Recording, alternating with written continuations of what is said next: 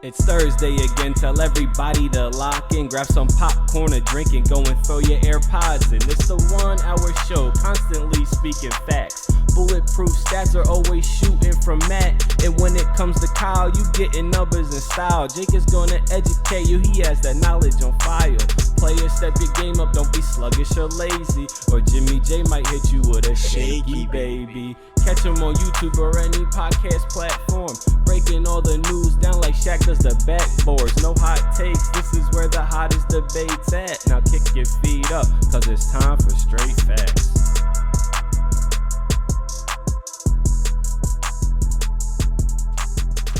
What's going on, y'all? Welcome back to Straight Facts, a sports show that educates and entertains. It's the guys, the full roster, and that's when it's at its best. I'm James Jackson, Jake Galley, Kyle Sirik, Stat Matt Robinson. Kyle's thinking of a certain phrase in his head right now, and he's literally trying his hardest not to laugh. But y'all, we back in the studio. It's great to be back in the studio, and also, man, we're coming off the craziest stretch of football we just talked about it. The world's been talking about it. The best weekend of football I've definitely ever seen in my life. I don't know about you guys, but 1,000% the best I've ever seen in my life. Yeah, it was a great sporting week. Like, the NFL knocked it out of the park. The UFC had a great event.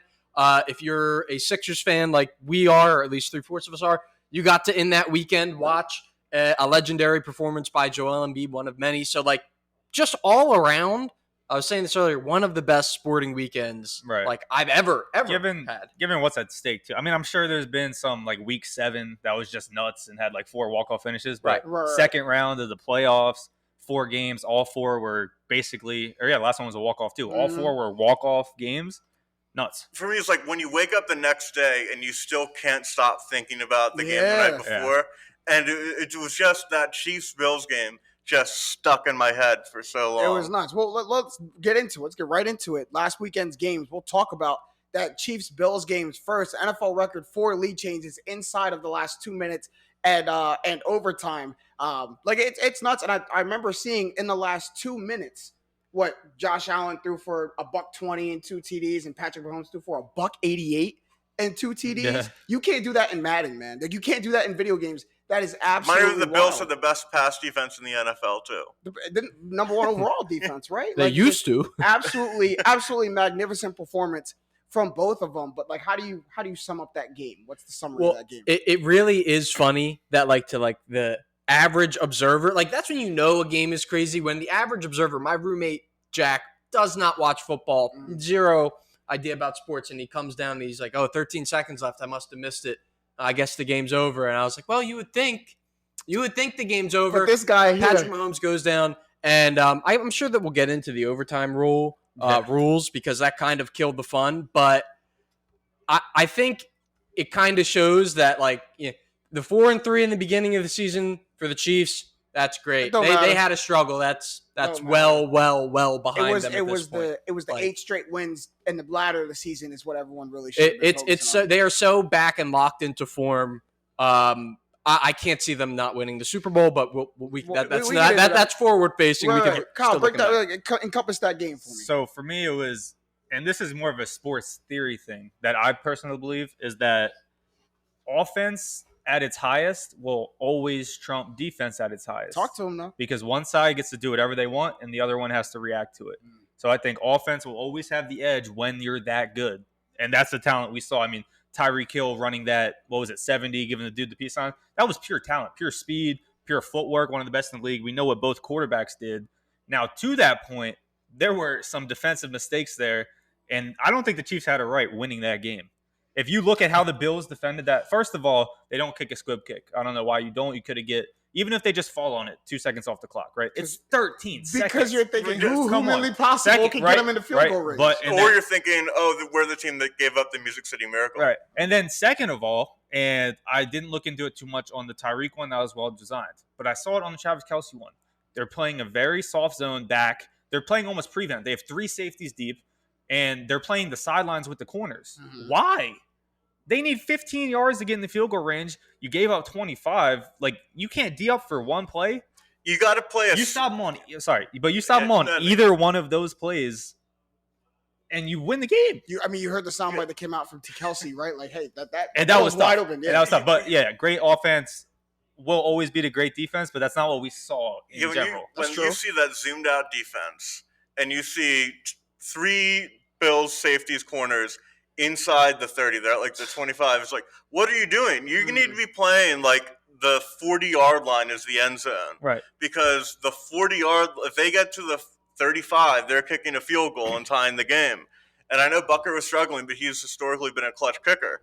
And they got so in their head and overthought it on the kickoff and on those 2 plays, and it cost them the game. That's it right there, Matt. And someone made a great point on TV today, and I want to credit them, but I forget exactly who it was. But they made the point, and they said Patrick Mahomes might have that Brady-esque in him, that presence, that just because that other person is on the other sideline, like I get so in my head, I get so outside of my game, just because I'm just so scared of just them being there, that you just don't play football right. And like you see all these, so many in these Super Bowl runs for Tom Brady, just inexplicable things. We'll get to the Rams later. Just inexplicable things that you're like, what? How did this happen? And it's literally just because that bad man is on the other sideline. It just makes you quiver. It just makes you make mistakes and do stuff wrong. I think it's almost a polar opposite of what we saw in that Bucks versus in terms of the offenses and how they operated when they were trying to secure a win. The Rams shut down and made mistakes versus the Bills and the Chiefs. We saw lean into what they're good at. We know we need to. This is our last shot to win the game coming down here. It doesn't matter. We're going to throw a streak in the middle to Gabriel Davis down the seam. Like it doesn't change how you go about attacking the defense because you want to control the clock, because you want to control the game. I think they both did a good job of leaving the ball in their quarterback's hands and let whoever's better. It was amazing quarterback play. Yeah. I mean, you've maybe the 2 best in the league. Yep. After this, for sure. Yeah, so Mahomes in the beginning of the year did have struggles. A lot of teams were playing too high safety against him because he loves to throw the ball deep. And it took him a little bit to adjust, and that's when he got stupid takes like this is the best football we'll ever – we already saw the best of Mahomes and all that nonsense. And he adjusted to it, and instead of the NFL teams killing off the Chiefs when they had a chance, when they were struggling, they let him hang around, and it's going to be the death of them. Mahomes threw the fewest percentage of deep passes in his career, and that's his hallmark. And he still put up 33 for 378, 3 touchdowns, no picks, when only 2.3% of his passes were more than 20 yards in the air. And that's, I think, more shine on the Bills' mistakes. A lot of that is run after the catch, too. You see Tyreek Hill's big run or catch and run. Travis Kelce had one, too. Missed tackles, being out of position. All those yards happen. But, okay, that's all well and good. Time to give Josh Allen his flowers. Time to officially, there's been doubts about Josh Allen in his career. 100%. Doubts have come from me, too. I'm always been a big Josh Allen fan supporter. Matt doesn't think so, but I've always been a Josh Allen fan. No, I've been a hater. When he came into the league, I thought he was going to stay. That's what I'm saying. You haven't always been a fan, but I've also had my doubts about him. And no one's perfect. He got some things to go, but I don't know how you can't watch that game and be like, that man's a rock. And I have no critiques of Josh Allen. I have some critiques of how they use Josh Allen. Like I did, and I'll say, okay, that's totally fine to leave the ball in Josh Allen's hands for him to make the plays to win the game, win or lose. They had a game earlier in the year where I think they went for it on 4th and 1 or some situation, didn't get it with Josh Allen. The McDermott said exactly that. We're going to let Josh win or lose. That shouldn't entail your franchise quarterback running inside power. Ever. No. Ever. That's got to stop. I get he's RB1, but that's all great. It works. It's great until he gets his rib cage punctured by Cam some Newton. big linebacker. Yeah, this is the playoffs. That's what I was going to say. At that point in the playoffs and it was working, What about next year? What about the 5, 6, 7, 8 years after that? It's funny because I get the future look ahead. I get the in the moment thought too. Right. It's like, hey, we can't think about next year. I'm trying to win Super Bowl. That's the play. But you can't sacrifice your futures, your quarterbacks next year either. His legs are his biggest asset. But go ahead. So what you're saying? Well, in that sense, no quarterback should ever run. You're always at risk of getting caught. That's not what I'm saying. Besides scrambling when the pocket breaks down. No, you could. Lamar Jackson has designed runs. It's not. Sure. It's not between the tackles. Sure. Up the middle. But fourth quarter of the biggest game of the year to what many were calling the AFC Championship. Whoever won that game was going to be the favorite to win the Super Bowl. You do everything, You- and that's you- worked all every play. season. Right. That's worked It all has season. worked all season, but you know what's been working the past 3 or 4 weeks for the Bills? Devin Singletary's been running the ball Sure. very well. Zach Moss has been Yeah. running the ball really well. You got running backs. But That's you what can't they criticize the Bills' offense after the game. I can't. After what happened I can't. I can't. So- I want to see Josh this- Allen have a long Yeah, career, so- and I know that leads to a shorter career. The Bills lost this game because of overtime coin flip loss and because Allen's inconsistency in the regular season. Yeah. Because They if should have they won. beat Jacksonville, they scored 9 points against Jacksonville. That game's in Buffalo. Mhm. If they score from the 1 against Tennessee, where they are short, they have the 1 seed. So Allen did everything he could to win, and this entire playoffs he was basically a perfect quarterback. But because when the margin is you have to play Mahomes and Arrowhead, it's You have that those regular seasons need to become more consistent. You- That's the difference between him and Mahomes. Mahomes can have a struggling season and still get his team the 2 seed. Not even just a learning curve for Josh Allen, Sean McDermott too. That the little things in week 3 or week 4, like they're gonna matter. And I think you learn that the hard way. But you talk about the near perfect postseason for Josh Allen: 9 TD passes, only 13 completions, 0 interceptions. I mean, it's crazy. That good. was the 5th time the Bills and Chiefs have met in the postseason. The previous 4 times the winner had gone on to lose in the Super Bowl. We'll see what happens with the Chiefs. But we kind of glossed over it. We got to get to it really quick. But the OT rules, do they need to change? Yes. I want to go first. If Go I don't wanna be selfish. ahead. Present your Because argument. I think a lot of people view this too simplistically because they think it's very simple. Oh, give the other team another shot. Give both teams a shot. And that sounds simple on paper, but it's actually unfair because if you give both teams a possession guaranteed, then the team that gets the ball first is at a huge disadvantage because they don't know what needs to be done. If they have 4th and 10 at their own 25, they're going to punt. The second team has the ball, if they're down 3 or they're down 7, and they have 4th and 10 at their own 25, they know they're going to have to go for it. So my proposal is a quasi-college style, but not really, where both team gets a guaranteed possession starting at their own 25 instead of the opponent's 25, and no punts allowed. So it's just 4 downs of football, and unless there's a turnover, the next possession for the other team will start at their own 25.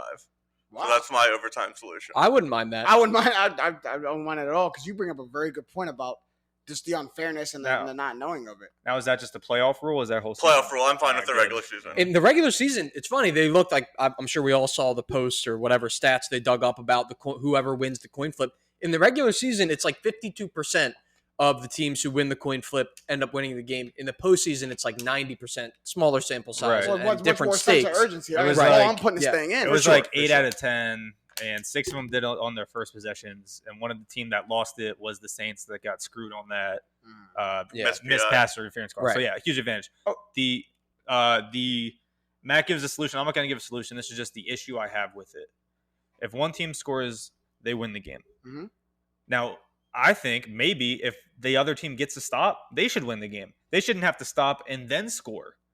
Because one team has, right? That's complete now, sudden death. now the team that doesn't get the ball first has to do 2 things. They have to stop you and they have to score. The first team only has to do 1 thing. Yeah. Yeah, I wouldn't mind that solution. I just think there needs I don't to be think that's a solution. That's just the flaw The in the flaw in overtime it. system. And it here's- is by nature unfair. Right, and you're right. But here's the thing: is like if they score a touchdown, if they get all the way, they kick a field goal. You get a chance to get the ball back, Right. and then if you score a touchdown, you win the game. And here's the thing: I kind of agree. I wouldn't mind amending the OT rules because yes, I would have loved to see Josh Allen get the ball back. This is a bad example. This game, this Yes, team it is. is a bad Yes, it example is. of that rule Yep. because the Bills have the #1 defense. If there's any defense in the league I can count on to get a stop or at least force a field goal, it should be the #1. It should be the #1 defense. And you let Patrick Mahomes get in field goal range with 13 Yeah, seconds. it's like, what do you like you deserve to lose. I know, like I don't like, you know. The thing is, 2 things can be true at the same time, though. I The agree. Bills choked away the game at the end with the 13 seconds. I believe. I but they agree. also, Josh Allen still deserved a shot to win the game. I agree, and but he to didn't get it. me, it's like the little kid who broke the rule but got hurt when he fell off the monkey bar. It's like, yeah, that shouldn't have happened to you. I feel bad, but like that's what you get. Like Right. you caused your own pain. Like Yeah. I'm not gonna change the rule because you caused your own pain. Like I think it's a tough one, but We're gonna move on quick. We got to roll through these next ones kind of quick. That was a long one. That was the one we had to talk about. That's the one we had to talk about. This one is this one. I mean, you look until the end because you look, and then it turned out to be really exciting. But Packers 49ers, man, I don't know why, but Jimmy Garoppolo keeps winning, even though he's not really doing anything. And it just happens again. Packers become the first team in NFL history to win 13 plus games in 3 consecutive seasons and not make a Super Bowl, thanks to the 49ers. Like, how are you going to post the Last Dance picture meme and you lose at home? And you don't even get to the big dance. That's can never happen. I feel somewhat bad for the Green Bay fans. And you can't post a Last Dance meme when Devontae Adams has never won a Super Bowl. Last year they won 5 chips before that. I'll just say I think this is proof. Jimmy G stands as proof that wins are not a quarterback stat. Wins are a team stat. And the 49ers have proven that, and that's why they get back to conference championship games, improbable playoff runs. It doesn't matter about the quarterback. They're going to play physical football, and it's really hard to beat them when they're at their best. Where you going to say something? Well, because of the stats, you're right. But Jimmy G is a winner. C-tier quarterback, but Jimmy G's a winner. Would he be a winner on Jacksonville? C-tier. I'm going to give out the joke because now I'm getting too serious about it. He's won 2 Super Bowls. Jimmy G's got 2 Super Bowl rings. Oh, my God. And he's been the one as an actual starter. But Right. Jimmy G's a winner. He's been in these moments. He's won games. He's a game manager. There's a spot in the league for game managers. Yeah, that's fair. He's great on He's C-tier quarterback, A-tier winner. To me, for the simple fact that he's a C-tier quarterback and he's got all these wins, to me, I got to stop talking about Jimmy G and keep talking about Kyle Shanahan. Oh, right. That's why. Yeah. He's orchestrated this, and the years that they didn't have the good teams around him, they struggled. The injuries, It is funny. they aided to it. Yeah. I mean, Jimmy G hasn't thrown a touchdown pass this entire playoffs. Come on. That is actually funny. Come on. But it's Kyle Shanahan. I talked about this last time we talked about the 49ers. It's Kyle Shanahan's willingness to be like, I don't care how he gets the ball. Debo will get the ball. If he's got to be a running back, if he's got to be the quarterback, if he's got to throw it, I don't care. Debo's going to make a play. Just get him the ball. And it's Kyle Shanahan to me. That's not Jimmy G. I got to say, the NFC has to really hope that Trey Lance isn't the guy that Kyle Shanahan thought he was when he drafted him. Because if Trey Lance is as good as Shanahan thought he was, they're going to be crazy. They're going to be so good. Yeah. Obviously, it's way too early to tell, but Shanahan spent a lot of capital getting that 4th pick, and he's been sitting like Mahomes did his first year behind Matt quarterback of Alex Smith. Whoa, there, Matt. No, but he's trying to follow the similar formula. He gets to see a winning culture with a really good offensive coach for a year, and then he takes the place of the quarterback that isn't quite good enough. And he's trying to set the situation as well as Reed set the situation for Mahomes. Yeah, so Trey Lance doesn't have to establish the winning culture. He comes into the winning culture and succeeds. No, it's really. I think it's a good point. It's tough being the Trevor Lawrence, Zach Wilsons of the world. You get thrown in there, and it's like, hey, dude, our team stinks. Figure it out. It's a coin flip whether it works. So yeah, they do get a pass though, right? So it's like you're allowed to suck. Exactly. But I agree, it is a good situation for us. We got to talk about special teams this time. Special teams matter, right? It's something that it's another microcosm of if something is nipping you in the bud all season, or if something's like your weak point all season, it will shine at some point in the playoffs. And Green Bay just could not get over the special teams mishaps. Dude, that dude didn't move. That left tackle didn't move. I don't even know if you call it left tackle on field goal. Whatever it is. He didn't move. I don't understand that at all. The controller just died. I'm sure he doesn't. The whole game was ugly from Rodgers to special team. Nothing looked right for the Packers. And I think we should talk about the Packers side just because we're going to hit the 49ers later. Yeah. I mean, Rodgers is gone, right? There's no doubt anymore. Oh, yeah. He was flirting back, though, with Green Bay going into those playoffs. And here's the thing. He even said, the first thing he said in his post-game presser was, I have tremendous respect for the coaching staff, this organization, which is something I hadn't heard him say all season. But I think the biggest point for that's a parting ways, though. It might be, but I think the biggest point that people are overlooking in this Aaron Rodgers situation is, remember what he talked about when he first came back to Green Bay in the beginning of the season. He was on the Pat McAfee show, and he was talking about how he wasn't only upset about how Green Bay was treating him, but how Green Bay had treated its good players in the past, and he named a Jordy Nelson, a Charles Woodson, a Randall Cobb, and so if it's to me, it's not about just Green Bay taking care of Aaron Rodgers. It's Green Bay taking care of all the people he thinks needs to be taken care of in the organization. You can't just do right just by me and throw all this money my way, but then now my left tackle, David Bakhtiari, in a year doesn't have a good contract. And Devontae Adams, you can't pay him the year after his contract ends. Like I need to make sure that you're going to take care of all the people that I feel are vital. I need to have a say in this. Like it's all of that is encompassing. If Green Bay can't promise him that, he's gone. That's the first thing that he's Green definitely Bay's gone because that's not something that you change. When you've been with the team for so long, you've been with the owners and the GM, you know who they are as people. And if they do something to appease you, like bringing back Randall Cobb, I don't think that changes years upon years of him suffering through Alan Lazard as his like second go-to guy. Like they don't bring in anyone who isn't drafted that's any good for him. So if I was him, I would be out yesterday. But I get that.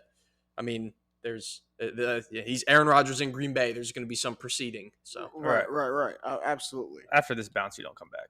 Right. He was flirting back though. Like Green Bay's in a bad cap situation. They're not bringing back Devontae for him. So franchise tag. I think after that performance, it's time for a change of scenery, man. Like you got to get over it. Right. Pittsburgh. All right, so we're gonna move on. We gotta get through these last two really quick. Good, because this next one I don't really want to talk about a whole lot. It's still kinda you stings. lined it up for that. Like it still kind of stings. But the Buccaneers Rams, the craziest game until the Chiefs Bills 3 hours game. later. Yeah. The craziest game I'd ever seen for about 3 hours or 2.5 hours. But the Rams overcome 4 fumbles, to eke out this little 30 should be impossible to 27 win. Like and the Aaron snap, and what absolutely just literally grinds me up inside is a team cannot try to give you the game anymore. Like literally can't. Like I'm watching this game in disbelief. Like after they fumble and we don't score, like wow, there goes our chance. They fumbled, and people who don't fumble, Cam Akers, Cooper Kupp, like people who don't make these mistakes, in bad spots. and then They missed a field goal I've short. never seen a 47-yard field goal crazy. bounce on the turf. Sure. It that was nuts. Jake, it didn't even hit the stanchion. It bounced in the end zone, and so we got to win this game. Right? At that point, I thought that it was guaranteed they were losing. And I was guaranteed. and you remember the very beginning of the episode when I talked about people do crazy stuff, and now I'm like the Rams are doing it. The Rams are fumbling on themselves. Oh yeah. Just because Brady's over there. Like and these are the games the old Brady wins. These are games we won last year. Cool. And then the very last play of the game, you let the baddest receiver in football. That was the thing. Todd Bowles just made a mistake, man.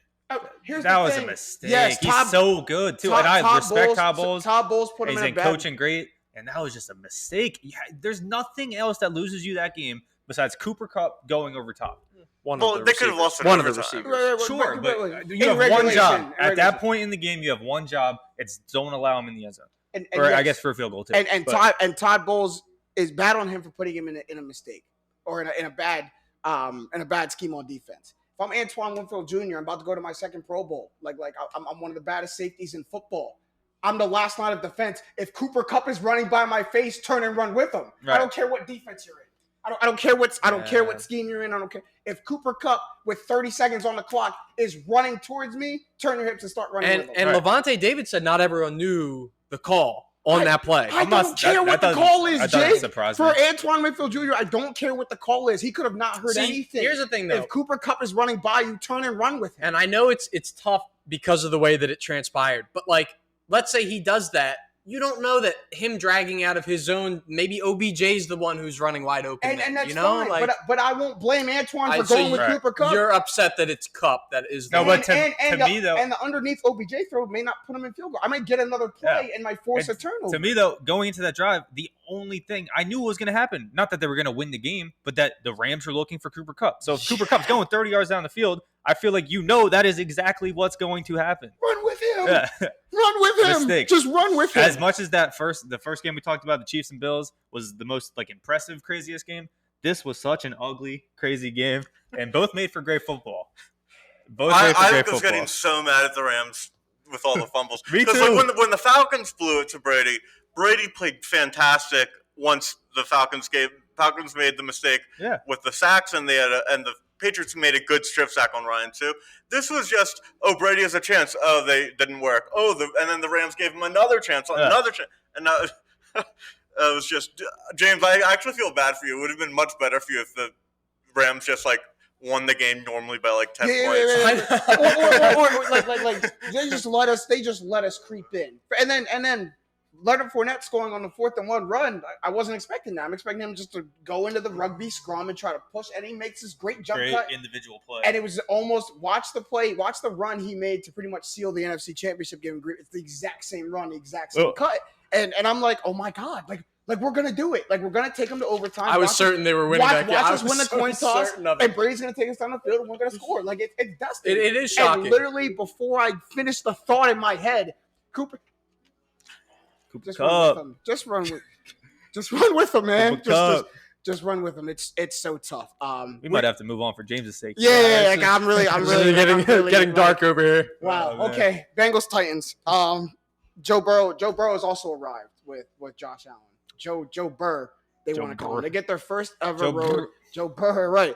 They get their first ever road playoff win. He becomes the first QB to win a playoff game despite getting sacked 9 times.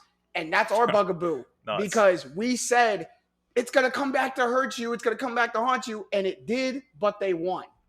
Like it did hurt them. Your quarterback getting sacked 9 times is a detriment to your team. I don't care like where you square it, but they won the game. Yeah.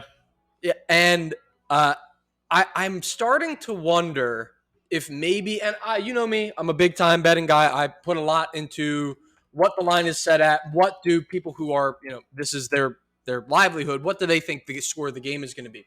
I'm wondering if the Bengals are being incredibly underrated on this run because Joe Burrow has done nothing but prove that he is an Allen. He is a Mahomes. He could be, given the time, a Brady, a Manning. The second name made me cringe like mad. Like I don't know if I can put anyone in Mahomes. He's on the right trajectory. Takes time. The trajectory, yes. The path. Exactly. Yeah. Trajectory. So I'm now wondering, and looking back, it seems apparent. Like, they sacked this guy. That's another game ender. That's it. The 4 fumbles is a game ender. 9 sacks should be a game ender. Game ender. And yet they were still able to find a way to win this game. Another young quarterback with a young coach. I view this game more as an indictment on the Titans. Me too. Me too. Tannehill just wasn't good enough. I know 2 of his picks kind of weren't his fault, but it's rough for them. They were the 1 seed, and Tannehill's cap goes from $11.1 million this year to $38.6 next year.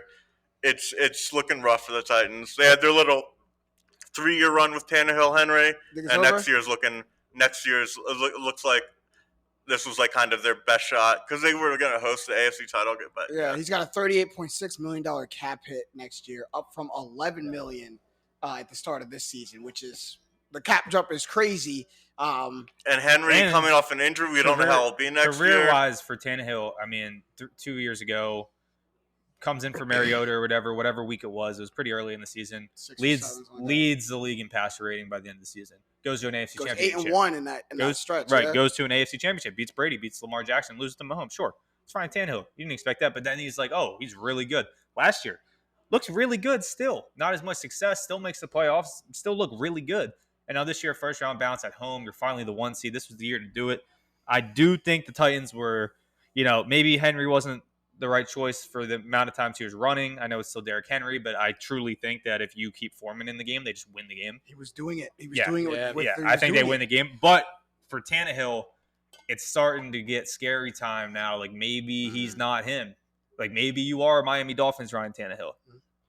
You had 3 years. That was cool, but I'm not sold on Tannehill anymore like I was literally every second of the last 2 years. He might have plateaued. Like we might be seeing the best Tannehill has to offer. Right. It's just not going to win you a Super Bowl. And if Tannehill drops for me, it's like, oh no, you're like below Kirk Cousins. You're below a couple of these guys. Him and Kirk Cousins, they're pretty similar. Yeah, they are similar. You got a better team. But to me, the Titans, it's tough saying we're being disrespected as a 1 seed and then you lose as soon as you play. But they were higher than they really should have been. I think there are some reasons to feel good if you're Tennessee. Mainly 3 letters, AJB. That guy's pretty good. He's pretty good. And Vrabel's a good coach, too. And he's a good coach as well. He's a good coach. I think there's something to be said for defensive-minded head coaches. Like, for something like, they're successful to me. Like, I think it's really good. All right, now we're going to move to the conference championship games, man, because if divisional round was like that, can't wait to see what the conference championship games are going to bring. The first one, Sunday at 3, that aforementioned Bengals team we were just talking about, against that bad man, Patrick Mahomes. And after last weekend's win, the Chiefs are now 11-1 in their last 12 games, kind of ex-naying that whole weird 3 and 4 start, right? Like, who does anyone even remember that? Like, that was this year. Well, like, yeah, their defense is yeah, terrible. their defense was terrible. I mean, and now their defense has kind of regressed to the mean, right? They went from being the worst ever to like, are they the best in the league? It progressed to the mean. I guess, I don't- yeah. I But don't well, think they you- went from This is a being numbers the debate. they went from being the worst ever to for a 7-week stretch, are they the best in the NFL? To now it's like, no, they're definitely not the best in the NFL, but they're not godly awful like they were. So, like, what's to lend itself?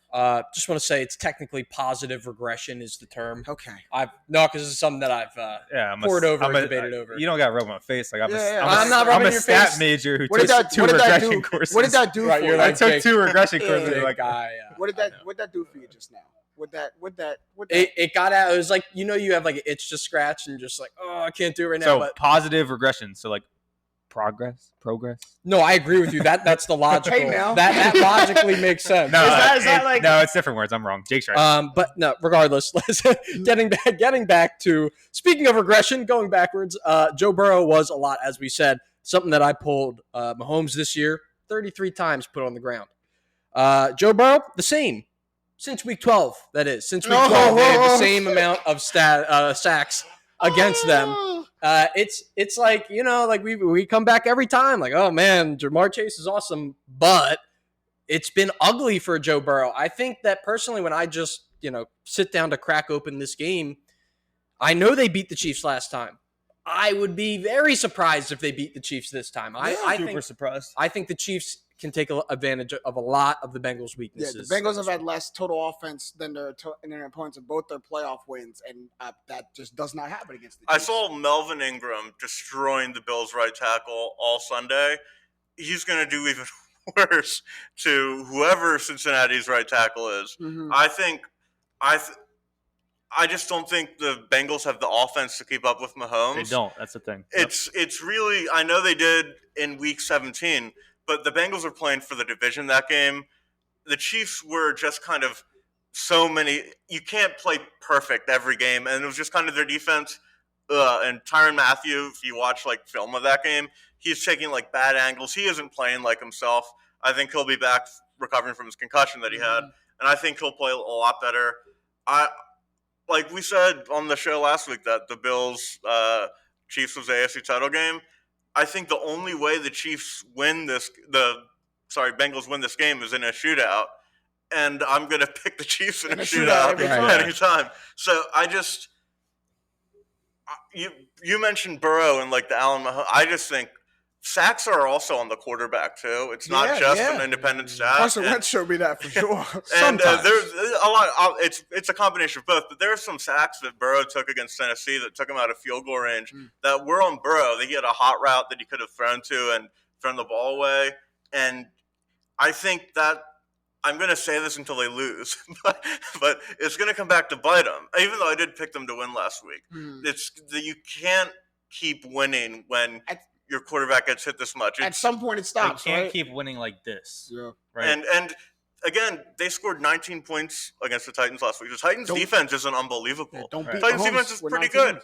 The Chiefs' defense is pretty good. If you score 19 against the Chiefs, you're not going to win. You get blown Listen, out. you're not Actually, gonna They can't keep winning like this. James already mentioned how they've had less offense than their opponents in both playoff games. Well, you look at the whole regular season; they were 1-4 when that happened, and definitely don't let that happen to KC, who probably does it to every team. Yeah. So that's already against your wall. And 2 is the Bengals. The reason that they've been successful these last 2 games, even though the total yards, is they've been eating off of turnovers. They have 5 turnovers in the last 2 games in both playoff games on defense.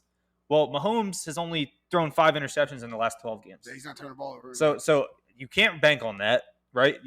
Great. What did they pick off that bubble screen? Great individual play. Doesn't work against Patrick Mahomes. So I'm nervous. Bengals fans, don't get mad at me though. I picked against you last week, and I took a stand like week 16 that the Broncos were going to beat the Bengals, which I regretted quickly. But I'm taking the stand that they're not going to win this game. No, the Bengals should be happy to be there. The Bengals should not. I don't want to say that like they shouldn't just try to win the game, but like the Bengals should not. That's a successful. Yeah. If single you thing. lost to Patrick Mahomes, you wasn't supposed to be Patrick Mahomes. Not this Super year. Bowl or bust. Yeah. Yeah, every single thing in this game is against them. Nothing, and Bengals are in the AFC title game because they played the Raiders and the Titans. Yeah. Not to be disrespectful to the Bengals. I like the Bengals. They're fun to watch. It's a point, though. But they did not play the Chiefs. They did not play the Bills. I think it just doesn't. I can't picture them in the Super Bowl. I just can't mentally picture them. I there. pictured them in the playoffs. I couldn't picture them in the AFC title. Like I can't mentally see Joe Burrow wearing like a Super Bowl patch on the Not Bengals this jersey. year. Not this year. It will be. Yeah. And Joe was still cold. Like they asked him, like, Oh, he's the man. how happy are you after the first playoff? When he happy, celebrate. This is the standard. We will be doing this every year that I'm here. So why celebrate it now? I'm gonna get used to this. That was like one of the coldest things I've ever heard anybody say. Yeah, he's the man. I'll ride for that. You man. could. I gotta say, the coldest thing I heard was the Evan McPherson quote. Oh yeah. I guess we're going to the AFC Championship game. But Matt, you mentioned them beating the Chiefs in Week 17, and this is the same point I made against the Eagles when y'all was barking y'all stuff at the reigning Super Bowl champions. Both on the couch. Yeah. You walked yourself in. Oh, I did, but it's the same point as like, you beat me in the regular season. You got to do it in the playoffs when the bright lights are shining. And my play is going to go here. Patrick Mahomes knows that. My play is going to go from notch 1 to notch 3 and 4. Can you go from notch 1 to notch 3 and 4 with me? Because if you can't, you're going to get blown out the water here. Like this isn't the regular season. This isn't Week 17. This is the AFC Championship game, young buck. Like, can you do that? And it's like, no, and I wouldn't blame Joe Burrow or the Bengals if they go and get scraped off the field. Like I just wouldn't. They have done it once though. That's the only thing that I agree with. This is a everything you guys different said. season to me. It's a different. different season It's to me. different. And as I already said, I'd be shocked. But that doesn't mean that it's like it's non-0% chance, obviously, that they come in and win this game. If Joe Burrow can put up another 4-touchdown, 0-interception performance, it really may not matter all that much if Patrick Mahomes is having the same performance. Then it comes down to, can your defense make plays, which it has this postseason. And That's it's just an the Bengals Arrowhead, side. and I love the confidence that Joe has. But that's big too. don't tell me SEC. Don't tell me SEC stadiums are louder than. You know what I just realized too, and maybe Jake's talking me into it, but Joe Burrow is the only quarterback I've ever seen on the biggest stage been like, oh, no problem, this game's over. They're Every time, win. big game. Joe Burrow had. right? I'm talking about that national championship game. Mm-hmm. Joe Burrow was the best quarterback prospect in my mind that I had ever seen, and I'm a little younger than a lot of people. My dad still hates Joe Burrow. I'm missing people, but Joe Burrow was the man, confident, no doubt, number one pick. I knew this kid was going to be a star, and this is the biggest stage he's going to be at in only his second year. Don't do it to yourself, man. And I want to see it happen. I don't think it happens, but Joe Burrow's that dude. Joe Burrow's the pilot. I mean, I think that Joe Burrow can transcend. With that being said, I'm picking the Chiefs. He got it in. That was amazing. Yeah, by the way. I'm kind of right there with you. I would very much like to see the Bengals make it to the Super Bowl. I think it'd be great for the fan base. Dope. And I just like fresh faces Carl, in there. You're dangerously close to Jake's delusional optimism. I know. I'm picking the Chiefs. I just want to put No, that I'm out picking there. the Chiefs. No, I was setting that up. All that to say, Chiefs by 14. Ain't no way. Yeah, I'm picking the Chiefs. I put that out there to say before we did this segment, I was gonna go like no shot, and I hate dealing in absolutes, but I was really gonna go no shot. And now thinking about it, Joe Burrow has proven every single doubter wrong his entire life. If it happens, it would be sick to watch, and I'm no longer on the no shot, but I'm picking the Chiefs. I'm picking the Chiefs. Picking the Chiefs. I'm gonna go. You never pick against Patrick Mahomes. No, I know know, this. but it's Good strategy. Yeah. Joe Burrow. I'm just gonna say last year Josh Allen had a coming out party. Was great, first breakout year. Got shut down. Made the AFC title game. He got shut down against the Chiefs. Yeah. Burrow's not as good as Allen was last year. So I have no reason to think that he'll be able to do what a better quarterback didn't do. I don't want to give any team in a conference championship game no shot to win the game. Right, exactly. No, So I don't I'm think going to give the Bengals 0.5 shot chance to win the game. 0.5 because- Yeah, I got to give you something. But 95-5 is my. yeah, generous. All right. Generous. We're going to move to the other one. It's just a lot more parity in this one. A lot more chance for either team to win. The 49ers at the Rams. And if I would have told you in week 1 or 2 that the AFC title game or NFC title game was going to be the 49ers Rams, you'd say, yeah, maybe the Rams. And Kyle, me and Kyle would have laughed at you for the 49ers. How long ago were we talking? Beginning of the season. Week 1, I'm talking 100%. week Oh, one yeah, or two. yeah, Week yeah. 1 or 2. 100%. We would have laughed at you. But that the 49ers are here and they're playing their division rival, which they took both games off of in the regular season. So some would say they got their number. Some would say they're due to lose. What would you say, Jay? It's such a brutal matchup. Like if I'm the Rams, like, hey, you got the 6th seed in the conference championship. That makes me happy. And then when I find out it is the divisional hottest team in football. rival, hottest team in football, you can put whatever accolade. I mean, they've racked them up. This is not a fun team to play. I don't care who you are. I don't care if you're the Chiefs. If they win and the Chiefs win, that's not a matchup the Chiefs necessarily want.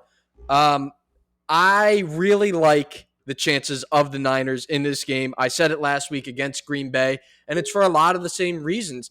I don't really want to back a team that just defecated all over themselves in the fourth quarter of a game. I don't because I'm going to start crying again. and they shouldn't have won, but we don't have to go back into it. I just think that you look at the two games that they already played, and Niners won both, playing arguably better than they did in either of those two games. I'm going to say the Rams win. I think I want to hear what you guys have to say, but this is going to be a fun matchup. It's the Rams' fault that it's in this situation. They had a 17-0 lead against them. Week 18 would have eliminated them from the playoffs. The Saints would have gotten in instead of them, and maybe they're actually playing the Packers this round. But Right. I don't know. Right. But it's the Rams have gotten so fortunate for a 6 seed that every single game they go into is a matchup favor for them because. Against the Cowboys, everything matched up perfectly. We talked about it, and we didn't have a lot of time to talk about the matchup last week. But the one thing that stops Aaron Rodgers at this phase of his career is being able to pressure him with 4 pass rushers and having a really good cover linebacking core. Because the 49ers all year have let number 1 wide receivers go out. So, give Devontae Adams and stuff. Give Cooper Kupp his stuff. We'll shut down everything else, and that's been their MO. And they're literally playing the Cowboys, who is give Amari Cooper whatever he wants, and give Devontae Adams whatever he wants. Now give Cooper Kupp. So it's so fortunate for them, but they've earned it too. Other than the fact that their offense was horrible last week. But I think all you're describing is a great defense. What matchup is not perfect for the 49ers at this point? I think if they played Tampa, it would have been a really. I think that would be the worst one. I agree. But I don't think there's a bad matchup for them. I think I said it before. I mean, they're a matchup nightmare. Yeah. They've played 2 super high-powered offenses already. Arguably the most 2 high-powered offenses in the NFC coming into the playoffs. I think they're just a great defense. That's fair. And they've done it to the Rams in the regular season, Right. too. There's only been 2 times that the Rams have been held under 300 total yards, and it was both times they played the 49ers. So, like, Kyle, maybe it's not a fluke. Maybe it's not a coincidence. They're good at holding teams down. Rams ownership is nervous because they're barring any ticket sales from anyone outside the LA area. They're afraid of SoFi getting taken over. You are so unconfident in your fan base if you got to do that. That's the 'cause they scariest thing I've ever seen. They know what's going to happen. Their stadium, it's not like a thing of like if you let the Niners fans have at those tickets, there will be more Niners fans. I'm surprised Well, Green they wouldn't Goodell be let that like- happen. I'm it's surprised LA. Goodell's like, I don't They care who wouldn't buy be them tickets. Like, I don't care who buy them tickets. Yeah, well, the team does. It's There's enough a people- great business move. The way the Staples Center turned into like a cesspool of just celebrities and different guys every night. Say the Rams do that on the biggest stage because it's in LA. There's going to be That's a flat crowd. a ton of people, but like celebrities, a lot of people. If the Rams can become that, like kind of the Lakers are, that's the best. There's I going mean, to be a lot of the best 49er marketing fans that move. live in LA going to that game I mean, too. you can see the best Lakers marketing ownership, saying, "Hey, LeBron, go to some Rams games." Right. They I think going back to the game, this is the hardest game. This is the only game I really can't take a stand on either side. The Chiefs and Bills was hard last week. I talked myself into the Chiefs. I have no clue. really Part of me wants to say the 49ers are really good, right? And they can shut down the Rams offense and the game's in the air. That game's a toss-up to me. The other part of me wants to say, well, the Rams aren't going to fumble 4 times. The Rams offense has been consistent. I've known since week 3. I agreed with Jake when he said they were the Chiefs of the AFC. Now let's get Chiefs versus Rams. Let's see that Chiefs matchup, right? But it's so hard to take a stand. This is going to be a great game. At some point, Jimmy G's luck's got to run out. It's got it right. Like Winner. Jimmy G isn't horrible. Winner. He's a mediocre quarterback who's played really poor recently. But he's there's painfully mediocre. No, but there's a shot that he has a good game on Sunday, if he plays bad again, they're not going to win. It's not going to happen 3 times in a row. No, but I think at some point, Because they Huh? They scored 3 points on offense. The Rams aren't going to allow a block punt and a block winner. I kick. don't know, Matt. He's just Like a he beat the winner. Packers 3 years ago and he completed like 5 passes. Yeah, but that Yeah. team was a better. That 49ers team 2 years ago was better than How? the 49ers How? team. Because we're Same talking. team. We're with the same team. Same I think team. They're it's not the same- exact same not team. the exact Yeah, same they got team. Debo Samuel now. But they, No, Debo was on that team. Yeah, he but wasn't it wasn't Debo. this though. Debo. Yeah. And their defense is doing the same thing, stifling teams in the same ways they did it last year. You Here's- talked about the pass rush. You talked about the linebacking core. Fred Warner's still there. Nick Bosa's still there. Like, oh, he's gonna do it. Jimmy No, he's G, not. baby. No, I'm gonna take a stand, mainly because You decided He he's gonna has do it his or not. money. my bankroll needs the Rams to. Actually, it might not need the. I don't know if I'm gonna. I have like a big Rams Super Bowl bet, but regardless, I think the pendulum of which this game will swing will be the run game, and specifically the run game for the Niners if it can work. Because what I would imagine, you got Jimmy G back there. You know he's a liability. You have to force him to beat you deep, and I mean. But tell me, They're going to leverage Kittle and Debo running routes where you can't really take away both. have teams not tried? You're telling me the Packers didn't go in and say, "I'm going to make Jimmy G throw deep"? Like I think it's a little bit. I mean, the Packers. I like Jair The Alexander. Packers allowed 3 points defensively. Yeah, they did shut him down, and Yeah. also like you For 6 have points, but yeah. everything that we talked about with the Rams. OBJ worked out tremendously for them. Von Miller finally showing his value. And then, of course, you still have Jalen Ramsey, which a couple seasons ago you made the move to go get him. So, like, all those players that had Aaron Donald in there, you are able to do things that some teams through scheme cannot do. Different type of gravity, and I think that we need to give a little bit more respect to the Rams defense when we have this very plotting offense in front of them, which is dangerous. It's dangerous. I've been wishy-washy on the Rams defense all year. And like they had the Buccaneers down, and granted they were put in terrible situations every single time we scored, but we got back into the game. So it's like they have these great names, and Von Miller was a menace to us all game. That was like one of the best games, probably the best game I've seen Von Miller play As a Ram. in a Rams uniform. For Yeah, that was 100%. for sure. But they're susceptible. There's holes in that defense. Oh, yeah. And Mike Evans had his day on Jalen Ramsey. Like Mike Evans, the score to put us down one score was him. To just me, that running was the by. only bad play the Rams defense made that entire game. Yeah. I guess. I think because the but there other are ones holes. were horrible situations they were put into. Very, very true. But there's holes in this Rams defense. If I told you Jalen When you're Ramsey was just Brady- going to let up a straight go route to Mike Evans, would you believe me? Jimmy G can't get him the ball. It doesn't matter. Like you know what I'm saying? Jake, that's why I don't want to talk about Jimmy G so much when we talk about the Niners. Because seriously, because to me, it's everything. Doesn't really matter. It's everything Right. but No, Jimmy that's G. totally Yeah. fair. If everything in the Niners executes, Jimmy G just has to manage the game. Right. Like, you just don't got to lose it. He's a winner. No, He's a not loser. No, he's a not loser. He's a Thank you. not loser. Yep. What is he, a tire then? Yup. I mean, he wins. Yep. I'm stamping Jimmy G as he's not a winner, He's a not loser. which is a game manager, but he is a not loser. But, like, what if you don't lose, what do you do? You manage it. You win. You just keep you keep it intact. He doesn't. The No, no. 49ers. Is do. Juwan Jennings I'm a talking- winning No, he player? doesn't. Like When He Debo gets wins really those games tired, too. he goes and gives the game to Jimmy G and says, "Hey, just hold that for me for 5 minutes. Just manage that for me for 5 minutes." And Jimmy G stands there, and when people try to take it, he moves his hand, but he doesn't drop it. He doesn't try to throw it anywhere. He just holds it. Yeah. And then Debo comes back and takes it, and Jimmy G goes, "Yep, I did my job. I did not. I lose didn't this game. lose it. Yeah, I yeah. didn't So- lose this game." That's what I want to know. Are you taking the not loser in the 49ers? Or you taking No, the because you Rams can't. in No, whatever? I'm not. I'm no. So the not loser's going to lose. The fact that we actually coined him a not loser makes me even more upset at this whole thing.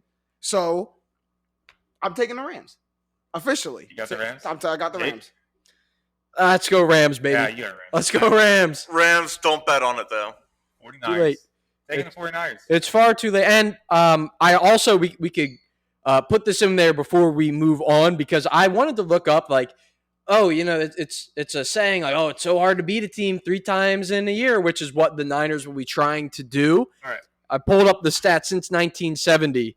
Teams that have that are 2-0 going into the playoff matchup, trying to make it 3-0, are 14-8 Right. Against the team that they are playing. So that's just false. Yeah, and that's not why I'm picking them, but I'm picking the 49ers. I really it's as I said, it's tough for me to make a stand. So in that scenario, I think it's gonna be a tight game. I'm gonna take the team that I think they're less punished for making mistakes. I think the 49ers can afford to make mistakes. Why? They have a solid defense. They have been situationally. They have great play calling. Not that the Rams don't. But the Rams making mistakes means bad news. This is an offensive-driven team. Mm-hmm. I know their defense is good, but I think the 49ers can more afford to make mistakes, and one mistake here or there could be the flip in a play. If the 49ers make the Super Bowl, they'd be the team with the worst record to ever make a Super Bowl. Wow. Really? Let's do it. They're worse than the Giants? I almost like don't They're like 9-8, the worst. now. 2-9-7 But, teams. like, 3-9-7 teams made it. I think I just don't like You know how Jimmy G. fun Like the I 49ers really would be? I really think I just have to like admit to myself. No, that, you don't like, have to admit. Like Jimmy G just annoys me. Like, just the fact that he gets by, like the fact that he gets by doing this annoys me. But I just And then he's devilishly handsome. He's got Yeah, it all lined okay, up for him. it's He's envy. like Jimmy G. like what? Like I wish I could ride. Jimmy G's a game away from making more Super Bowls as a starting quarterback than Dan Marino We're gonna move and on. Aaron Rodgers. Yeah, get out of here. Get quick. Get out of it. Get out of it. Get out of it. Get out of it. 2 rings. We're gonna have it. We're gonna move on to a new segment that we're introducing in Straight Facts. I like this. It's a good one. We're gonna move through it kind of quick. We're gonna put a little Straight Facts Hold'em. We're gonna call it. I'm gonna present some facts or some stats to you guys. You guys are gonna tell me: are you gonna hold the stats or fold the stats? And basically, if you're holding the stats, you're telling me that this trend is going to continue. If you're folding the stats, you think it's gonna come to an end sooner rather than later. So the first one, a team that we've been having trouble wrapping our heads around all basketball season. This is going to be an NBA edition, first of all. But a team that we've had trouble wrapping our head around all season is the Atlanta Hawks. Okay.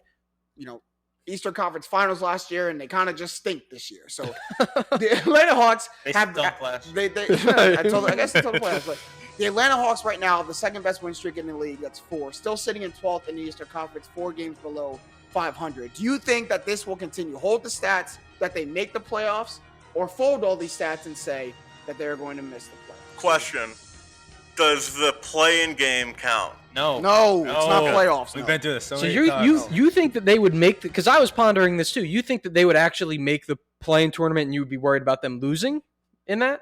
If you're saying like, no, I think they're gonna. I think they leapfrog the Knicks and the Wizards. I trust them both. That's just calculating the odds that No. if 10 teams count, then I mean, yes. Yeah. No, because I think they're better than I trust them. Wizards are collapsing. The Knicks aren't that good. And the Hawks, net rating is minus 0.5, which isn't that dissimilar from someone like the Hornets or the Celtics. Or the Celtics actually have a really high net rating. Or the Raptors. And I think they're in that bottom 4 mix. So I picked them to be a high seed, so I'm just going to stand by my pick and say, yeah, they're going to make the playoffs. They're going to win play-in games and be one of the You playoff should have teams. just started with that. I talked myself into You it. should just start with that. Kyle, hold them or fold them. Nah, they're going to fold these stats. I like the win streak. That's cute. Well, as much as the win streak was, they had a loss streak that was even longer before these 4 games they won. Yeah. They lost 5 before that. Yeah. I was down on this team from the start.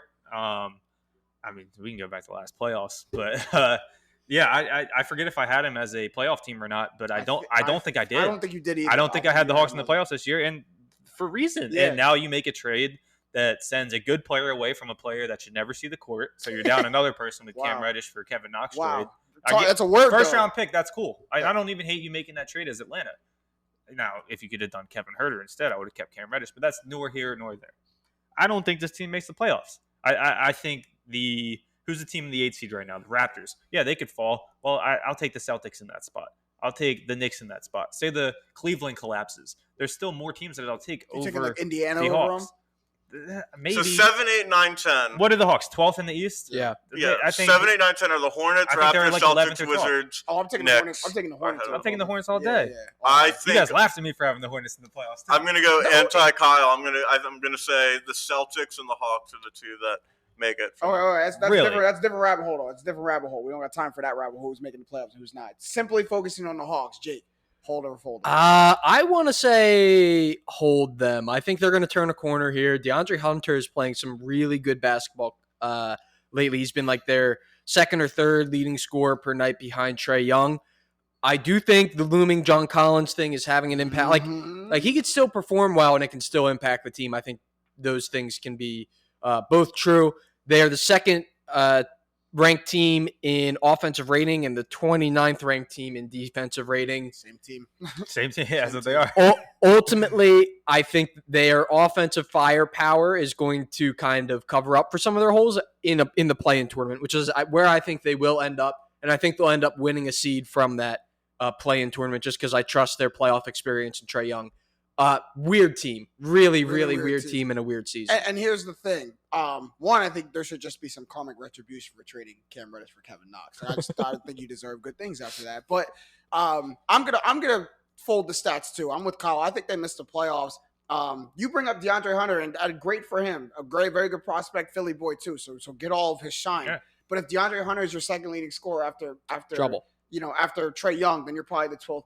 Right. Well, he was last year too.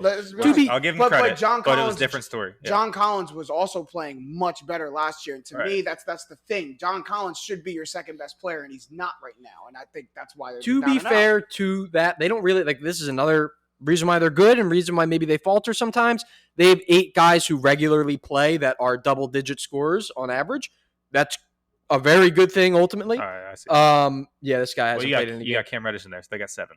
Oh, true. Got to cut out Cam Reddish. So 7, but ultimately, I think that may draw back at times from like having that second guy, having the defined roles. So I don't know. I don't know. Maybe second guy needs to step up. Right, that might be true, but at the same time, it just confounds me. I'd rather have a 30 per game score like Trae Young and a 25 and 26 per game score, and then a bunch of 7, 8, 9s, then role a guys. 30 per game score, and they all kind of have the same 7, role. 12 per game score. It doesn't do anything for me. Like I need someone back up in that range. All right, the next one we'll go down. Steph Curry now. And we talked about early in the year, Steph Curry having this torrid start. It's kind of cooled off now. Since the start of this calendar year, it's 12 games. He's averaging 20 points per game on 36% from the field and 29% from 3. Draymond also has only played in 2 of these 12 games. That does make a difference. We talked about the chemistry. But Matt, I'll start with you this time. Hold the stats or fold the stats. Steph Curry this season has a lower field goal percentage than Russell Westbrook. It can't be true. Wake me up. Wake up. That being said, I fold the stats. Curry's in a very good situation. Warriors are rolling. He went 2 of 10 from 3 last night. They won by 40. So he's got Clay back. Draymond's gonna play more often. He's in a slump. He'll get out of the slump. His season, it'll be like a weird blip on his career when you look at down his basketball reference page. Like, oh, he only shot 39% from 3 that year. That's weird. He'll be back within 2 weeks of being Curry again. With Steph Curry, that 36 could look like 42 or 43 by March. If we're being honest. But Kyle, hold the stats or fold the stats.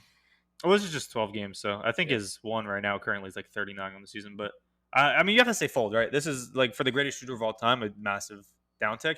Now, what I do want to say is I don't think he's going to get back to the highs that we saw at the beginning of the season, where he was going absolutely nuts. He was going for the record, early MVP runaway type guy. I think what we've seen from him, he still looks like Steph. He's just missing now, which is weird to see. It's not like he's a little hurt. It's not like, and I get it. That's what a shooting slump is. He's in a little funk. So I don't think he gets back to the highs that he was at. I think the team stays good. Like Matt just said, he shot 2 for 10 from 3 and they won by 40. Mm-hmm. Well, they got Clay back. That chemistry is going to come together. Draymond will be there. This fully healthy team's still really good. And I'm not sure that's even a knock on Steph Curry that he won't get back to where he was at the beginning of the season, because now you have Clay and the team could look different. Mm-hmm. I think this slump, though, is a little worrisome. I mean, Steph where are they in the Western standings right now? They're still second, but they've fallen 3 or 4 games behind the Suns now when it was neck and neck. But Steph was the best player in the league in my eyes last year, probably until the playoffs, and he missed it. If you go just over the course of the season, I don't think Jokic was. I think Embiid was up there. I think Steph was amazing last year, and they still missed the playoffs. And falling back from that, I mean, I don't know where the high is with him now. Yeah. I think he'll be fine. But I'm not. So you are folding. I'm folding these stats. He's going to get back, but I don't know if he gets 32 all the way back. And I don't know if I'm as in on this Warriors team as I was a month into the season. I would say, for what reason? Just because of just championship aspirations. I mean, the reason I was on him is because Steph was going to be just great, and this team can be awesome. I don't think that happens anymore. I think that they're still they're still winning games. See, and that's why I'm wrong about this. This is just a hunch that I have that I'm not as in on them anymore. I find it really the point of this, and I'm going to fold them too. the point of this that's really interesting to me is that they're still winning games. They're fine. They're actually having a lot of guys who have taken a step forward and proved. Jonathan Kuminga looks awesome. That kid looks awesome. Yeah. Crazy athletic. Yeah, it's crazy. But it's interesting to me that the absence of Draymond is apparently very felt by Steph Curry's statistics. He's the trigger man for a lot of what they do in the half court. And then he also obviously is defensively one of the best players. So maybe that some of that slack on defense is causing Steph to feel a little more. I don't know. Try and come up with excuses for why the best shooter of all time isn't performing like that right He's now. still shooting above league average. I say all that to say Draymond doesn't have a ton of time left. And, no, he's not. And they really have to hope that Kuminga can turn into a guy who can do it both ways, just like Draymond can, because his time's running out. To me, it's the easiest fold probably the ones that we have. And all these stats to me have like a direct correlation. Like they're all contextual stats that we're looking at for Steph Curry for different reasons. One, you talked about Draymond being out. We know that like of all the assists, Draymond is first to Steph Curry above Kevin Durant. Two, the start of 2022 is when Klay came back. That's where all the focus of not just the fans, but probably the offensive scheme too. Like we're trying to get Klay back into this offense. So it's no longer Steph Curry the focal point. It's get Klay a shot the first couple of games, which will take a shooter out of his rhythm. And any great shooter is a rhythmic shooter. You take him out of his rhythm, it's gonna hurt. And then also we talked about in this game stretch or the back half of this 12-game stretch, guys have stepped up. And I've noticed in these slumps, Jonathan Kuminga is stepping up. Jordan Poole's having his game, and they're winning. That's why it's not worrisome to anybody, is because, like, as a coach, I kind of like that when my star is struggling, my other guys are stepping up.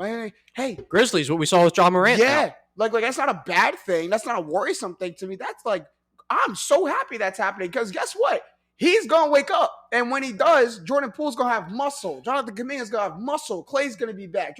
Like, y'all better hope he slumps until April because when he comes back, it's all systems go. Look at everything else going. By the way, we're still the second seed. Still got the second or third best record in the NBA. That's why I'm folding all of them. We're going to move on, go to the Eastern Conference now and talk about the Brooklyn Nets who, like, they got to figure out whether they want to hold or fold Kyrie at this point because they're pretty much night and day without him. 6-9 over the last 15 games. But it's completely different. So 27th in the league in three-pointers made. Kyrie's lowest true shooting percentage since the 2016-2017 season. Harden's lowest field goal percentage ever aside from his rookie year. We know about how he's disgruntled right now with the Brooklyn Nets. So hold them or fold them that the Nets are going to continue to struggle or continue to be good with Kyrie and bad without him. Yeah, I'm going to fold them, but not without, like, it's not a true fold because we're seeing the unraveling of the Brooklyn Nets, I'm pretty sure. Like, it's finally everything that we had all said, oh, they can't fit together. Oh, they're going to have personality issues. Well, you know what? It turns out that James Harden doesn't like the hipsters of Brooklyn. Turns out that way. And he doesn't like that Kyrie takes so much time off. And I'm sure Kevin Durant doesn't either. Now, Kevin Durant is Kevin Durant. That is his team above Kyrie, above James Harden right now. They're going to be fine this year. And then I think we see them blow it up in the offseason. And I have no ulterior motives to say that at all. No, of course, no reason, right? Of course, there is a Kyle. Hold them, fold. They're gonna fold the slump. That was what the question was, right? Yeah. But in my eyes, they're still the second best team in the East. I think this team is fine. I think to me that's more an indictment on the Eastern Conference than it is. Not really. I mean, this team at full strength is one of the best teams in the league, no doubt. Now, if this Harden thing ends up to be true, if it starts to crumble and he gets traded by the deadline because there's no way he's re-signing, and for some reason they don't go all in because for whatever reason that this ends up being true, then this changes. But 6-9 over the last 15, I don't care about that. Kevin Durant hasn't played the last 6, right? I mean, Kyrie can only play certain games, right? I don't really care about this. I think the Heat are the only team better in the East. What do you make about Harden's alleged comments? I just told Jake that. Tell me. I need everyone. No one's leaving here until we all agree. What Jake wants to hear. This blows up on Sixers Twitter, obviously, but there's no way the Nets in season are going to trade us James Harden. No, he's an offseason. I think the report was that this offseason he's going to be looking to get out of there. But is he not an unrestricted free agent? Isn't that the whole thing about the report? He is, but if I believe there's something where You do a like sign and the trade. same way that Butler had to be signed and traded Yeah, sign and to trade. So he's a restricted free agent. No, because that's a matching thing. No, you yeah, match it's more about where he's going needs cap space, so they do sign and trade. Sign and trade. Okay. I do what think stops him from just walking though? Nothing. If he's Nothing. No. unrestricted, Okay, that's what I'm saying. No, Yeah. he can, but he according to the report by Jake Fisher, Bleacher Report, he is open to coming back to the Nets, but he also wants to have a free agency process. There has been history with Daryl Morey. There is. Oh, I'd love him to become the Sixers. There's ancillary reports from my guy, Big Kendrick Perkins, that he wants to play with Embiid in Philly. So How about I'll say this: It's too early for you to be doing this. Man. whatever It's- team it's way James too early Harden to do is this, on, whatever team James Harden is on, is the top 2 team in the East. Put it If that they way. trade him to Philly, it's Philly. as long as Matt, hold him. Okay, so for the regular season, Nets are in big trouble. KD's out for at least another month with his knee injury, and the East is so closely packed together. The difference between the 1 seed and the 6 seed is 2 games. So I think without it's always that way.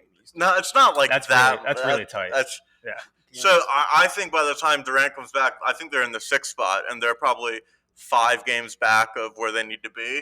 And whether or not they can overcome that in the playoffs is a question I have to think about more. But I guess being a lower seed means Kyrie could play more games. Yeah. wow, there it is. So, I mean, people have asked the question, The like, conspiracy. do the Nets like weirdly try to aim for the highest, lowest seed, like the This 5th seed? And, Galaxy brand move. Yeah, But- sure.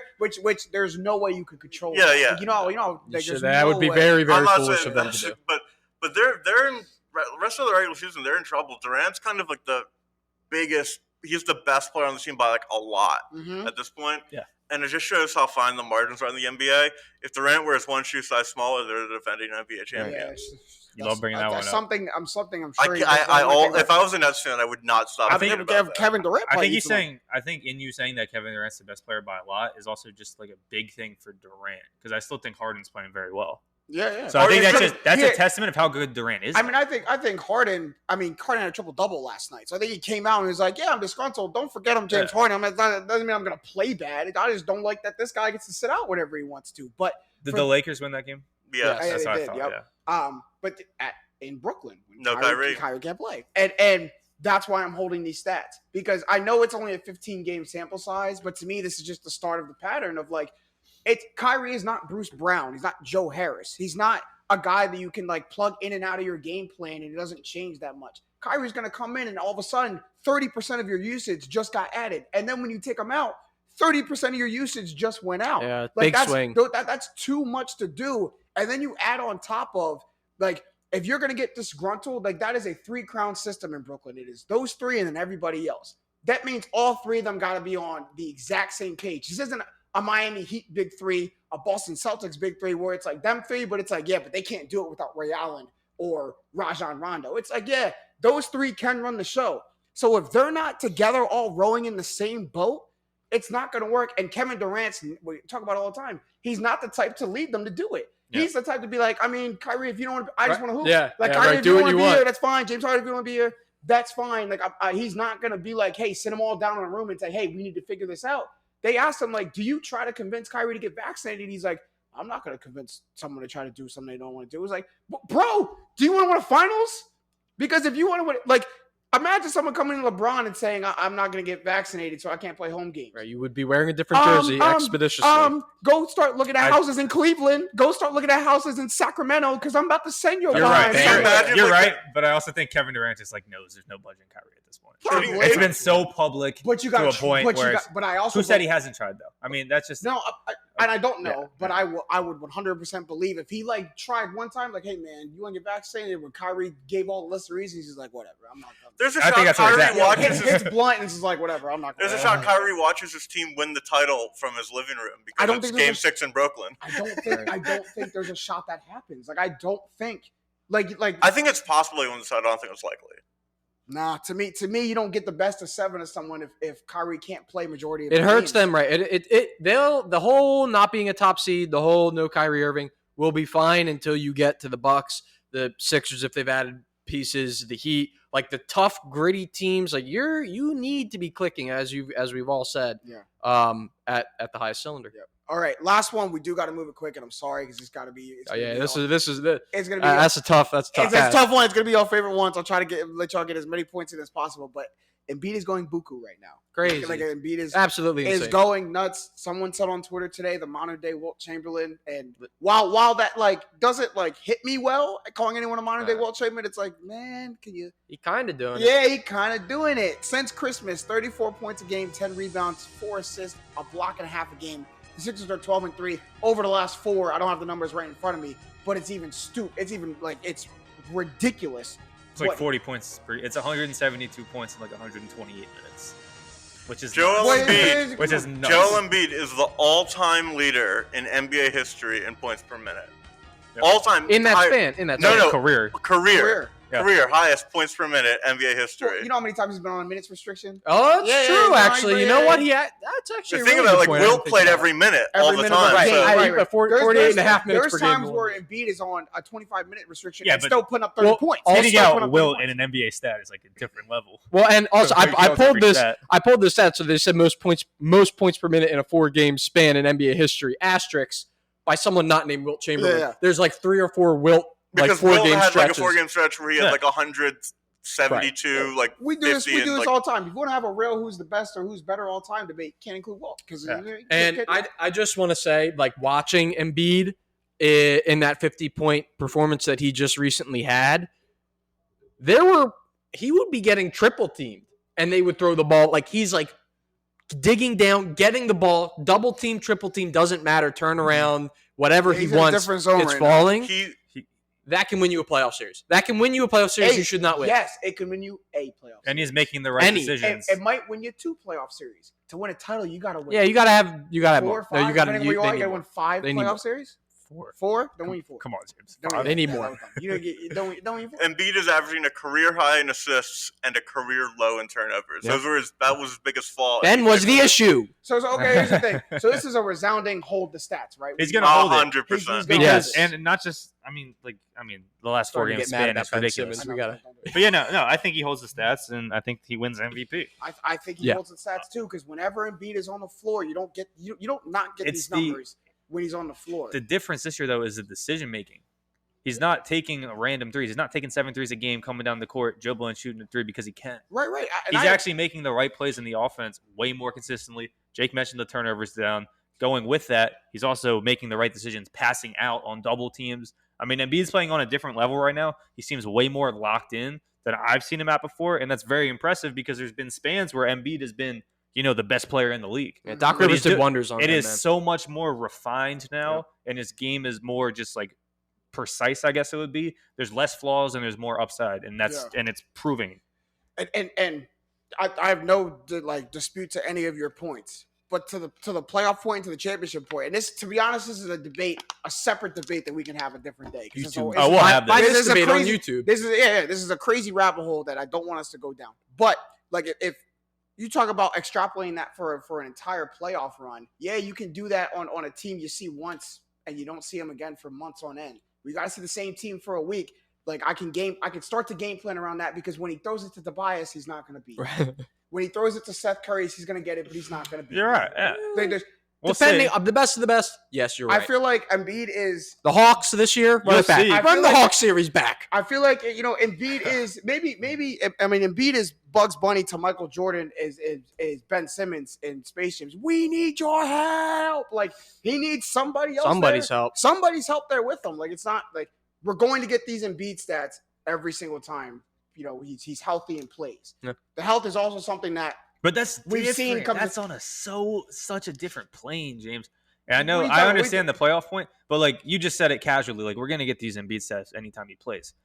If that's true, they're 12-3, and he's playing at a level mirrored by no one in the league. Right. and that's my first point. You're 12-2 or 12-3 Right. against teams just see once. I get it, and I'm not even talking playoffs, but you just said that so casually, like that's a knock on him. No. Where that's a knock on the team as a whole. Nah, It is a knock on the team. It's just a little bit. That's exactly my intention. it can be slightly better, but it My intention you is already for it to be a you knock already on the team. threw out earlier that you don't think there's a good team in the East. I just want to go into we are in a rabbit hole right now. Like we're in the rabbit hole. I didn't say there was. I didn't want to talk playoffs. I never said there wasn't a good team in the East. You said it's the East earlier when I mentioned. No. When we talked about the tight race, I said it's the East. It's always. No, you said one before that too, but that's whatever. That doesn't matter. I'm just saying, like you bring off the playoffs. I'm not as down as on Philly in the playoffs. Against Milwaukee or Brooklyn to win a have to be. championship. All right, man. Objectively speaking, they are not as good as Brooklyn or Milwaukee, definitely. And you could probably add Chicago and Miami, maybe right now. Because also when in the does that playoffs, ever matter, when Embiid does this, put him against the good teams in the playoffs. When Embiid does this, you're telling me Giannis isn't going to do this too? Right. That's what KD could easily produce this line in the playoffs for a game or two, couple games. And Kyrie and James Harden are going to give who on the Sixers? On the best day. Who's it? I gotta say, Chris Middleton did it all playoffs last year. James is right. Yeah, like what? Slightly, I agree. I agree that the Sixers maybe need some help. We're so far down the rabbit hole. We're seeing This is where it started. We were giving Embiid just flowers. This is all about how great he's been playing, and James wants to bring it to the playoffs, and then he says one thing that just irks me. And I want to have the conversation. You got to look down the rabbit hole and just keep going. NFL ends in 2 weeks. Just get ready. It's going to be NBA for the next 4 months. So let's save it. Save it for another day. We'll talk about this again. All right, because we've gone so long and blown all my time limits, we're almost out of time for this episode of Straight Facts. We can get some quick shots at the buzzer. Does anyone have any shot at the buzzer real quick? Any serious one? Because mine's not serious. I don't want to do mine, and Matt's just like the worst. I'd rather you do the funny one first. Because mine's okay. It's not really funny. It's just we want to talk about giving flowers. What Francis Ngannou did on Saturday against Cyril Gane. Yeah, what? Well, it's funny that he defended his title against the toughest competition ever on a torn MCL. And he still was bullying people. Like, it's funny to me that he's able to do that. It's a little funny. He should be able to kick people in the head with a torn MCL. It's a little funny that he's able to do that against his toughest competition, completely flip his game plan as a fighter, and still win in like the toughest. With everything was there for him to roll over. Torn MCL, a guy who really matches up well. You're tired. That's a spot where guys like him roll over sometimes. He didn't. It was crazy. He's going to have surgery and hopefully fight John Jones. So. Kyle was going to say the buzzer. Check out Straight Facts on YouTube. There you go. Yeah, that's facts. We're going to do the best bets. We didn't make the show because we ran a little late, but we do the best bets over there. We've been solid. I had a bounce back week. Bounce back week for Matt. I went 3-0 the first round. But I got winners this week. So go check it out on YouTube. I don't know how these guys feel about their bets, but I love mine. I love mine. This is a 3-0 week. For the third time, I'm going to say this is a 3-0 week. Talk to him. Never lose that confidence. Matt, what you got to say at the buzzer? So Brandon Brooks officially announced his retirement from the NFL today. Just a legendary Eagle. And offensive linemen don't get a lot of flowers just from NFL media. Give it to him. But he was so dominant as a guard. We don't win the Super Bowl without him. And 3-time Pro Bowler, he tore his Achilles against the Saints in the playoffs, came back. The next year was fantastic in 2019 as well. And he really did a good job of destigmatizing mental health illness in sports. In 2016, he missed a couple games because of anxiety. And I've never been prouder as a Philadelphia fan that he got so little criticism for that. People understood it. And as someone who struggles with anxiety, him reading his stuff about how he's overcome it has really helped me personally, and him being open about it, I just think's been he's just a Hall of Famer off the field, and he's an Eagles Hall of Famer on the field, and I'll forever love him for delivering a Super Bowl to Philadelphia and helping out countless of people with their mental health issues. That's awesome, man. Well said. That's so well said. That's awesome. Shout out Brandon Brooks. Yeah, man. Shout out Brandon Brooks. I got a couple quick things to say at the buzzer. One, very, very quickly. My best friend Laura lost her dog actually yesterday. So RIP to Charlie. Just sending her well wishes and love to all of her family. The second thing is, I'm tired of Barry Bonds, Roger Clemens, et cetera, not being in the Hall of Fame. That was in winners and losers. Give my okay. Well, I'm glad I got to it for you, but give flowers to David Ortiz. I'm glad he got his first ballot nom. There's no. Wait, how does he get in when he has a roid issue too? No, that's crazy. That's crazy. Because he's more beloved than all these guys. Crazy. We have the all-time hits leader, not in the Hall of Fame. The all-time home runs leader, Pete Rose is different. Not in the Hall of Fame. But yes, but I could also be Like there are plenty of Hall of Famers with a known gambling problem, or they're not. He bet on his own team as a manager. Like, you can't do that. But he That's bet on OP. What do you yeah, mean? he bet on his own team. He never bet. No. He signed an agreement saying, "Don't expose my betting. I won't go in the Hall of Fame." And he regretted that signing that, but he signed it. So it literally says when he dies, he can be inducted in. So that's what's gonna happen. So I guess we'll give Charlie Hustle his flowers then. Barry Bonds, Kurt Schilling, Roger Clemens. I don't care what they did. I don't care. I don't either. I don't. Like, baseball was more fun when everyone was juiced up. Guys were hitting 70 home runs a year. People who benefited are in the Hall. Doesn't baseball, I'm sorry, baseball is on this whole offensive movement, right? They know what they need to do. If you want more home runs, you want more offense, you know what you need to stop being coy. Stop trying to give the pitchers a shot clock and stop trying to put rubber in the middle of the No. Let them juice. Get them in Let on the that ball good go old flying HGH, again. baby. Let a guy like Barry Bonds' head shrink 3 times its size. I would love to know the average age of a voter because it's a voting flaw. It's not Yeah, an MLB yeah. flaw. I mean, it's not the league's fault. I got a Barry Bonds stat. From 2001 to 2004, there were 182 games that Barry Bonds did not get a hit in. So 0 hits in those 182 games. His on-base percentage was .419. Here's a Put that in perspective, Bryce Harper's career on-base percentage is .392. These are games Barry Bonds didn't get a hit in. .419. Matt, I saw someone walk him with the bases loaded. Right. That's how scared somebody was to pitch to him. They walked him with the bases loaded. I got a Barry Bonds stat too. He's the all-time leader in the most important stat and the most famous stat in the sport. What do you mean? Yeah, but he has less rings than Jimmy G. That's true. There's the bug. I was looking at his accolades. And he's a not loser. It also said 7-time NL MVP. 7. Put him in the Hall. Like Put him 7 MVPs. He belongs in there. Put him in. Put him in the Hall. That's all the time we have for this episode of Straight Facts. It was a long one, but it was a good one if you guys stuck around for all of it. Shouts out to all of my guys, Jake Galley, Kyle Sirik, Stat Matt Robinson. Also, shout out Up on Game Network, because I will get in trouble because I waited this long to mention them in the episode. But you know our great guys at Up on Game Presents, LeVar Arrington, Plexico Burrs, and TJ Hushmanzada. For everyone involved, I'm James Jackson.